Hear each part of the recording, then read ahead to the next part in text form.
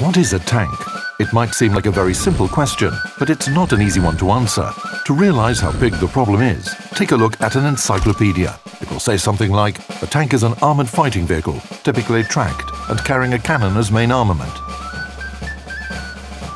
This description is very loose. Since there's no ready answer, we'll have to find it for ourselves. You are what you do. You build, you're a builder. You fly, you're a pilot. Let's see what tanks were designed to do in the past and how their role has evolved since.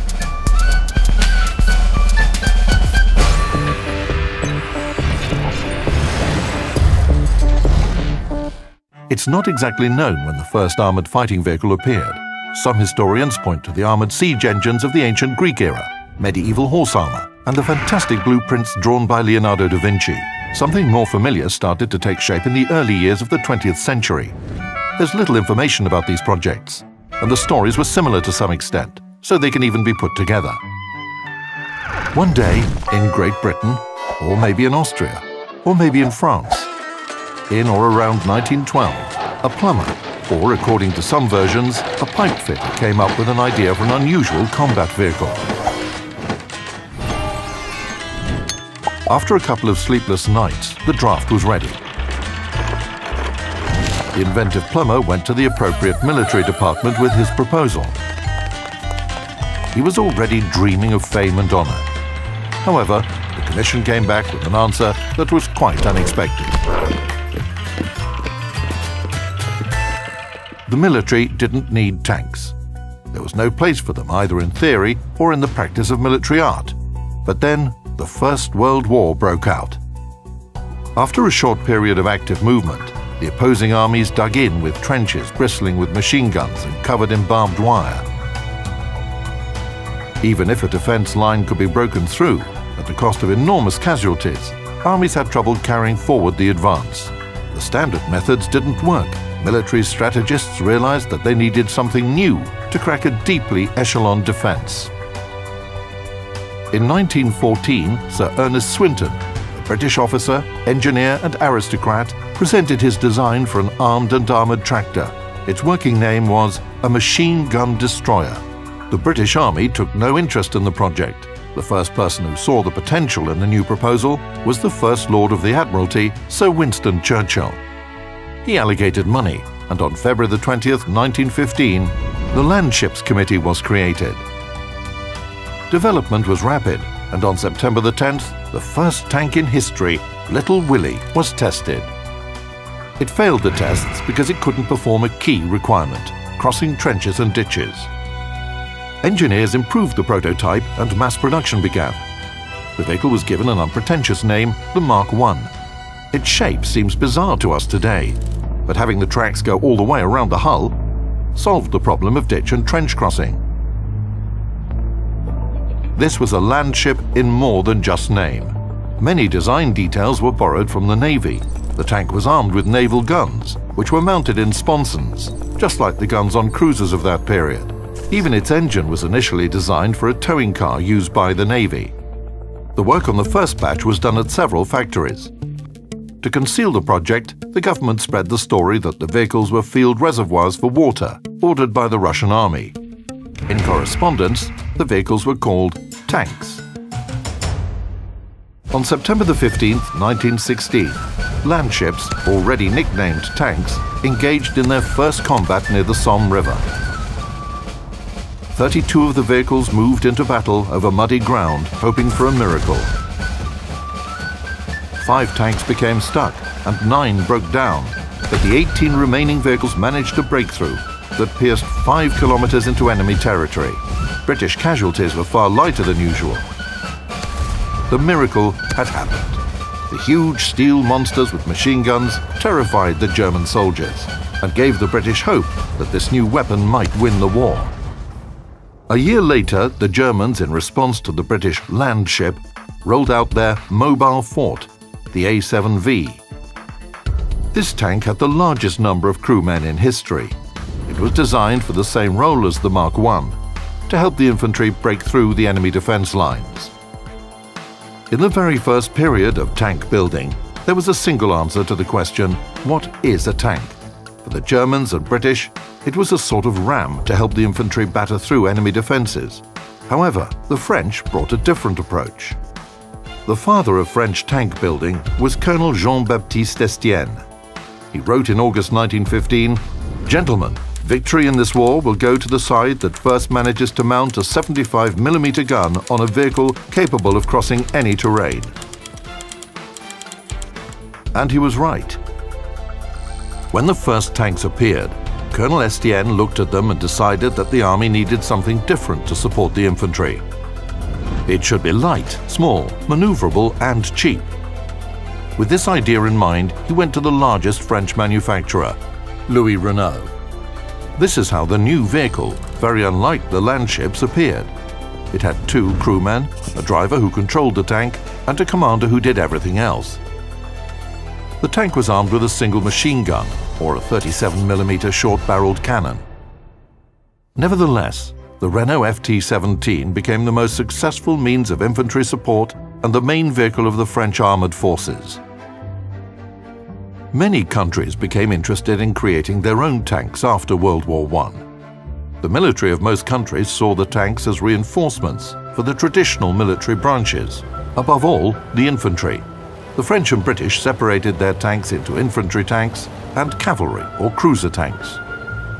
The USSR had 5 main tank types: reconnaissance, combined arms, operational, qualitative reinforcement, and special operations vehicles. These were supplemented with 7 special types. So both theoretical and practical work on the definition of tank was humming along. In the late 1930s, tanks started getting heavier. The age of thinly armoured tanks had come to an end. The turning point was the Spanish Civil War.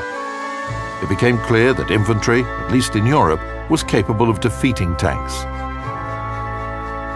Light, small-caliber, quick-firing cannons and heavy machine guns had no trouble perforating them. As soon as the early 20th century, the Germans had started to develop a theory of lightning war, blitzkrieg. They weren't able to fully implement this idea during World War I, but they continued to refine the concept. By the new rules, blitzkrieg should be carried out by large tank formations. Now their task was not to support infantry, but to break through, punching deep into the enemy defences. Tanks were no longer expected to fight with field defences. They should wreak chaos in the enemy rear, overrunning enemy headquarters, capturing transport routes and supply depots, and breaking up enemy forces attempting to reinforce. Victory would be achieved by disrupting enemy communication and supply. The modern army is not a Roman legion. It can't fight without gasoline and ammunition. According to the Germans, tanks were not a supplementary means of warfare, but the most powerful offensive weapons. All other forces should serve their interests. The role of supporting the infantry was given to another vehicle type, assault guns. 2 tanks were created to fit this theory, the Panzer Kampfwagen 3 and 4. They complemented each other on the battlefield.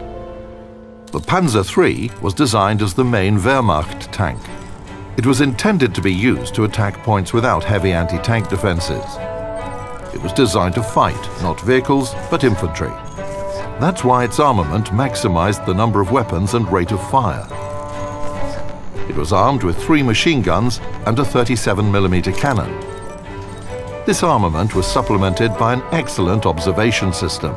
The Panzer IVs were to support the Panzer IIIs. Its short-barreled 75mm gun was good at dealing with enemy artillery and field fortifications. The German tank divisions proved the theories of the General Staff officers by smashing the French army in just a few weeks. France had more tanks, and their technical characteristics were not inferior. It was the way they were used that was obsolete. The Panzer IIIs and IVs played their roles perfectly at the beginning of the German invasion in the USSR. But then, rather suddenly, things started to go wrong. The Panzers were being forced to do something their creators hadn't planned: fight against a new generation of tanks. In the USSR, armoured vehicles had traditionally been designed with greatest attention paid to 2 attributes: mobility, understandable considering the distances and quality of roads in the USSR, and firepower. A third factor was added after the Spanish Civil War. The tanks of the new generation, The T-50, T-34 and KV-1 received armor designed to defeat enemy shells. These tanks emerged as excellent vehicles with balanced characteristics. Realizing that they would have to fight masses of Soviet armored vehicles, the Germans revised their views on what tanks should do. The anti-tank role became the priority. New panzers, like the Panther for example, had long-barreled guns and thicker armor. No longer were they envisioned conducting lightning-fast attacks on the enemy rear. Now they were built to fight enemy tanks. The ambition of the German military and designers to achieve qualitative superiority in armor and armament by any means became a sort of mania. The Tiger appeared in 1942. Voila.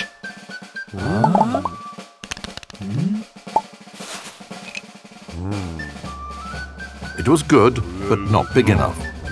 The engineers designed the Mouse. Also not big enough. They made it a little bit bigger and got the Ratter. Someone said, too small, and this project turned into a 1,500-ton monster. But only on paper. If the Third Reich's tank designers had had more time, perhaps we would have seen something even bigger. In the period immediately after the end of World War II, there was still no single answer to the question, what is a tank? Actually, there were two answers. Medium tanks, the workhorses of armored forces, and heavy tanks and assault guns, which would be deployed as reinforcement in offense and defense. The military wanted to have one type of tank for both roles, but the engineers couldn't deliver it. They were limited by technology, especially in engine power and transmission. In the late 1950s, the British designed a 105mm tank gun that, just like the Beatles, became very popular in all the Western countries. It was used in the Centurion 7 and M60, and then in the M48 Pattern 3 and Leopard 1. The reason for its success was simple. A medium tank equipped with this gun could penetrate the Soviet heavy tanks head-on. Besides an excellent armor-piercing shell, the gun could fire powerful, high-explosive shells. In response, the Soviet 115mm smooth-bore gun appeared. It did the same thing against the NATO heavy tanks. It could penetrate their front armor with certainty. After the British L-7 rifled gun and Soviet smooth-bore gun entered mass production, heavy tank development shut down in all countries. Heavy tanks were still used, but MBTs, main battle tanks, gradually replaced them. The designers had managed to create vehicles that were fast, well-armored and heavily armed, all at the same time. The curse had been lifted.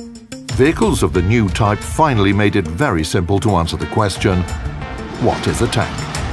It's a versatile combat vehicle with good firepower, strong armor and high maneuverability, capable of breaking through a defense or defending a certain area. When tanks first appeared, they were exotic machines, designed to overcome the deadlock of trench warfare. Now they are a mainstay of modern ground forces. It is sometimes said that tanks are out of fashion, but they seem unlikely to give their place to something else in the near future.